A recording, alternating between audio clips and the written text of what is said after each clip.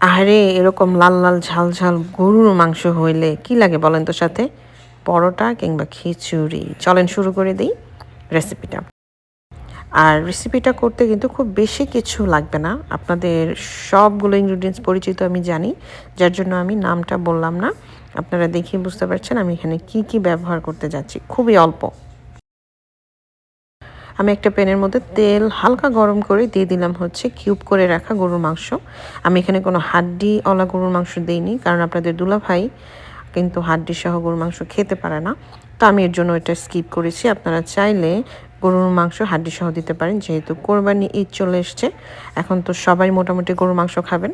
আপনারা এই রেসিপিটা একটু ট্রাই করে দেখবেন এবং আমাকে অবশ্যই কমেন্টে জানাবেন যে কেমন লাগলো। আর আসসালামু আলাইকুম ভাইয়া এবং আপুরা, কেমন আছেন সবাই? সবাইকে অগ্রিম ঈদ মোবারক। আলহামদুলিল্লাহ আপনাদের দোয়ায় আমি এবং আপনাদের ভাগ্নি বা ভাস্তি যে যেটাই বলেন এবং আপনাদের দুলাভাই সবাই আমরা ভালো আছি। তো আমি আপনাদের তিশাপু কিন্তু সবসময় রান্নাবাড়া বেশি একটা করি না বা রেসিপি নিয়ে আসি না। তো যেহেতু কোরবানি ঈদ, আমি সেই হিসেব করেই রেসিপিটা করেছি আপনাদের জন্য। আপনাদের সাথে কথা বলতে বলতে দিয়ে দিলাম লবণ এবং টমেটো। টমেটোটা কিন্তু মাস্ট দিতে হবে এই রেসিপিটার মধ্যে। দিয়ে দিলাম হচ্ছে রসুন বাটা। এটা আপনারা পরিমাণ মতো দিবেন, মাংস অনুযায়ী যে যতটুকু দিতে চান, এবং লবণটাও আপনাদের স্বাদ মতো দিয়ে দেবেন। আর অবশ্যই ভিডিওটা যারা দেখছেন জানাবেন কমেন্টে কে কোথা থেকে দেখছেন। পরবর্তী ভিডিওতে আমি আপনাদের নামগুলো উল্লেখ করে দেব।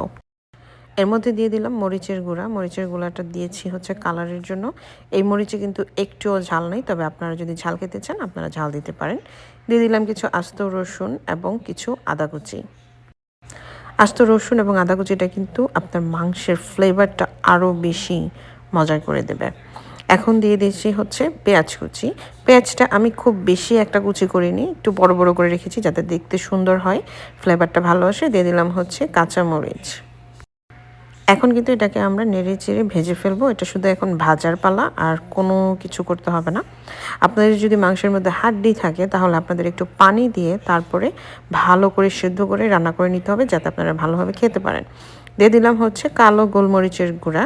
যারা কালো গোলমরিচের গুঁড়া বা ঝাল বেশি একটা পছন্দ করেন না তারা স্কিপ করতে পারেন, তবে আমার কাছে গোলমরিচের ফ্লেভারটা খুবই ভালো লাগে।